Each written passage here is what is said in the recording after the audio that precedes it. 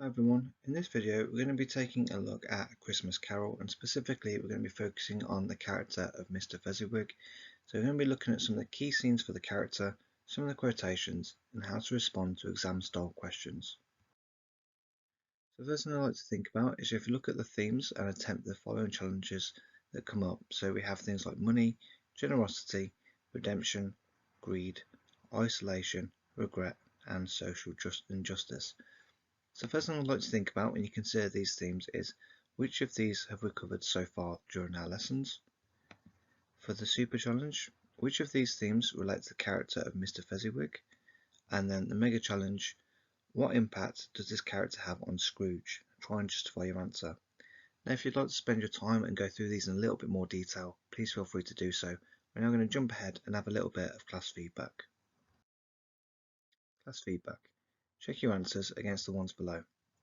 So if I challenge them, so far within the actual online lessons that we're providing, we have looked at isolation and greed. With the super challenge, generosity is a theme that's linked to Mr. Fezziwig. And for the mega challenge, when the ghost shows Scrooge his past and Mr. Fezziwig, Scrooge understands that in comparison he hasn't been a good boss towards Bob Cratchit, and this is something that actually helps him become that transitional character and start to realise the error of his ways. Before we move on as well, it's important to think about the stretch and challenge task. Can you recall any quotations for this character? Now, generally speaking, he is a very important character, but he often does get left to the side, and he is a hard person to think about any quotations. If you're not too sure about this, don't worry, we'll be going through them in a bit more detail in a moment. So by the end of the video, you'll be able to recall some of the key details about the character Mr. Fezziwig, understand how he is presented in the text, and then finally apply your understanding to an exam style question. Now if you haven't done so already, please can you like and subscribe. It really does help us out when you do so. It'll also mean that you're kept up to date on all the latest videos that we produce. We produce at least one new video every single week, so do look out for them because they come up every single week. Look at the extracts and attempt the challenges that follow. Old Fezziwig laid down his pen and looked up at the clock which pointed to the hour of 7. He rubbed his hands, adjusted his capacious waistcoat, laughed all over himself, and from his shoes to his origin of benevolence, and called out in a comfortable, oily, rich, fat, jovial voice, "Yo ho there, Ebenezer, Dick!" Scrooge's former self, now grown a young man, came briskly in, accompanied by his fellow pretence. "Dick Wilkins, to be sure," said Scrooge to the ghost. "Bless me, yes, there he is. He was very much attached to me, was poor Dick. Dear, dear!" "Yo ho, my boy," said Fezziwig. "No more work to-night. Christmas Eve, Dick, Christmas Eve, Ebenezer." "Let's have the shutters up," cried old Fezziwig, with a sharp clap of his hands, "before a man can say Jack Robinson." So what I'd like to think about when you're looking at this extract is, first of all, read through and identify any details about Mr. Fezziwig and what we can learn about his character. Then I'd like to think about the super challenge and think, how does his character contrast to Scrooge's description at the start of the novel? And then the final one, the mega challenge, identify any details about Scrooge as a young man. How does this contrast to his older character? Now for the last two, you're going to have to think about your broader knowledge of the actual story.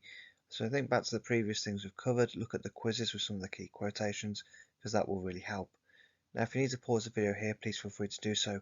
We're now going to move ahead and look at the next part of the extract, because it is quite a large portion to look at. So the next part then. You won't believe how these two fellows went at it. They charged into the street with the shutters 1, 2, 3, had 'em up in their places 4, 5, 6, barred 'em and pinned 'em 7, 8, 9, and come back before you could have got to 12, panting like racehorses. "Hill ho!" cried Fezziwig, skipping down from the high desk with wonderful agility. "Clear away, my lads. Let's have lots of room here. Hill ho, Dick. Cheery up, Ebenezer." Clear away! There was nothing that wouldn't have cleared away, or couldn't have cleared away, with old Fezziwig looking on. It was done in a minute. Every moveable was packed off, as if it was dismissed from public life for evermore. The floor was swept and watered, the lamps were trimmed, fuel was heaped upon the fire, and the warehouse was snug and warm and dry, and a bright ballroom, as you would desire to see on a winter's night. So again, we're going to use the same questions that we're going to think about from the previous slide So read through again, identify any details about Mr. Fezziwig, anything that this allows us to learn about his character or his nature. Then think, how does this character contrast to Scrooge's description at the start? And then finally, identify any details about Scrooge as a young man and his attitude when he's going about the actual jobs that he's directed towards. Now that you've had a look at the actual extracts, we're also going to look at some broader quotations about this character so that we can help use them to actually apply to an exam response a little bit later on. So what I'd like you to do is read through each quotation and try and think what might be the missing words or phrases from the full quotation. It's also important to think about, can you break down some of these quotations, because some of them are rather large, so that you can actually remember them and use them a little bit more easier when you look at the exam response. So it says then, he has the blank to render us blank or blank, to make our service light or blank, a pleasure or a toil, so that his power lies in things so slight and blank that it is impossible to add and count them up. What then? The happiness it gives is quite as great as if it costs a blank. So just as we said before then, if you want to pause the video here and go through it at your own time, please feel free to do so. We're now going to jump ahead to the next quotation. So for number 2 then, called out in a blank, oily, rich, fat, blank voice. So again, think about, is this a nice easy quotation to use? Do we need to break it down even more? Think as well about the extract that we just went through, because that quotation actually comes from the same extract as well.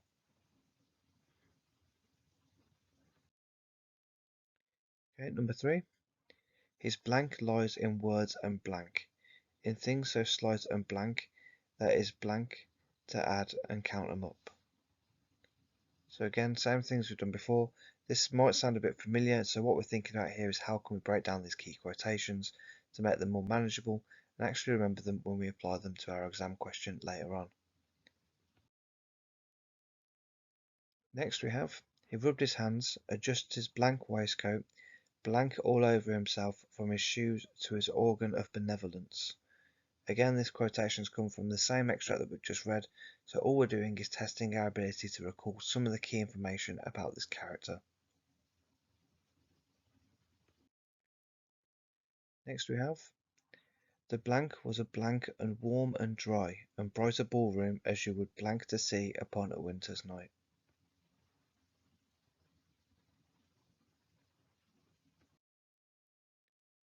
Next we have, Mr. and Mrs. Fezziwig took to their stations, one on either side of the door, and blank his hands with every person blank as he or she went out, wished him or her a Merry Christmas. So again, think about what's going to go in the missing spaces, and think about what this tells you about this character as a whole, and the impact that it has on Scrooge as he goes back and views this scene with the ghost.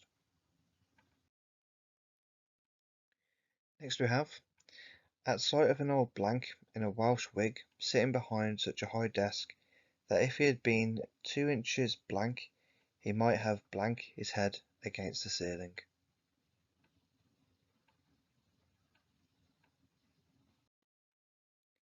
Class feedback.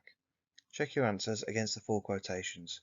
So hopefully, if you haven't heard of any of these, we can just keep going back over them and over them until you're going to understand the character and some of the key quotations. So for number 1, we have, he has the power to render us happy or unhappy, to make our service light or burdensome, a pleasure or a toil, so that his power lies in things so slight and insignificant that it's impossible to add up and count them. What then? The happiness this gives is quite as great as if it cost a fortune. Number 2, called out in a comfortable, oily, rich, fat, jovial voice.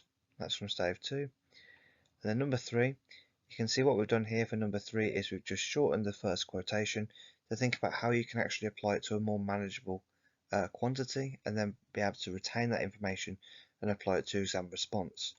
So this power lies in the words and looks, in things so slight and insignificant that it's impossible to count them up. Number 4. He rubbed his hands, adjusted his capacious waistcoat, laughed all over himself, from his shoes to his organ of benevolence. Again, that's from stave 2. And the final one, number 5. The warehouse was a snug and warm and dry and bright a ballroom as you would desire to see upon a winter's night. And again, that's from stave 2. So if you've got any of those quotations wrong, it's important to go back, revisit them, and just try and actually absorb as much information, as many key quotations, before you look at the exam question that's about to follow. So if we look at the exam question down below, always think about a few of the challenges before we move on. So here's the question. Starting with the extracts, how is the character of Fezziwig shown to be a character foil of Scrooge? Now, if you're not too sure what we mean by a character foil, this is where someone comes in and is directly contrasting another character. So the first thing to think about with this one would be, can you look back through the extracts that we looked at the start and identify any quotations to help you respond to the question? The super challenge, can you recall any key quotations from Scrooge to use in your response? So it doesn't matter where these have come from, it doesn't need to come from the same extract, it can come from any other point within the story. And then our mega challenge, use everything we've covered so far to answer the question yourself. Now, if you are struggling and you're a little bit unsure about how to respond to these kind of questions, have a look at the example on the next slide, where we're going to complete a closed passage to help put together a high-level response. Complete the closed passage to help write your first paragraph in response to the question. So here we have a closed passage then. You can see that there's several places that have got missing words or phrases.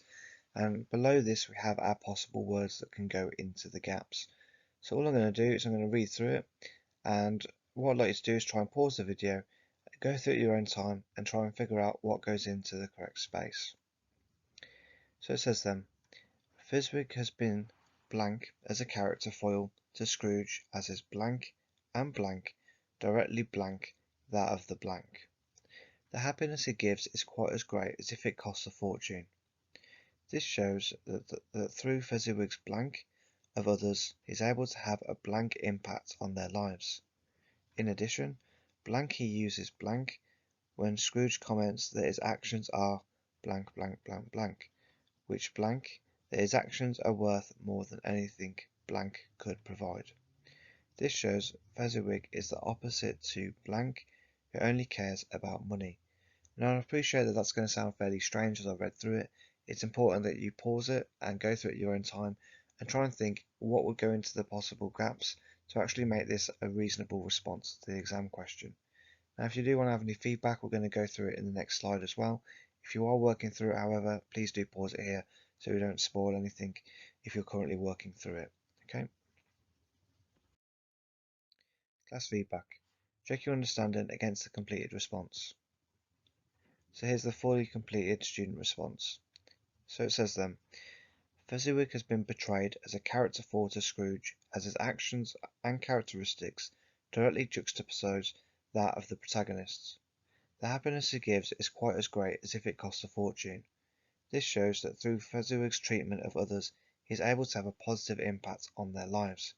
In addition, Dickens has used imagery when Scrooge comments that his actions are as if it costs a fortune, which implies that his actions are worth more than anything money could provide. This shows Fezziwig is the opposite to Scrooge, who only cares about money. So one of the important terms that we keep throwing around in this video is that idea of a character foil. Again, if you're not too sure what we mean by that, a foil is a character which contrasts with another character. So arguably you've got Fezziwig contrasts completely to Scrooge. You could also potentially talk about Fred as well, if you're thinking about other characters and how they relate to the protagonist. So in terms of our next video then, we're going to be going through the following things. So first of all, we're going to recall key details about the character Belle. We're going to try and understand the impact she has on Scrooge and the novel as a whole. And then finally, we're going to apply our understanding to answer an exam style question. Now if you need any additional help or support, then new videos will be added every single week. Alternatively, you can leave us a comment below, like and subscribe, or visit our partner channel Bookworm Teaching for more lessons and guidance on all things English. Thanks ever so much for listening guys, and all the best for your work and revision in the future. Bye bye.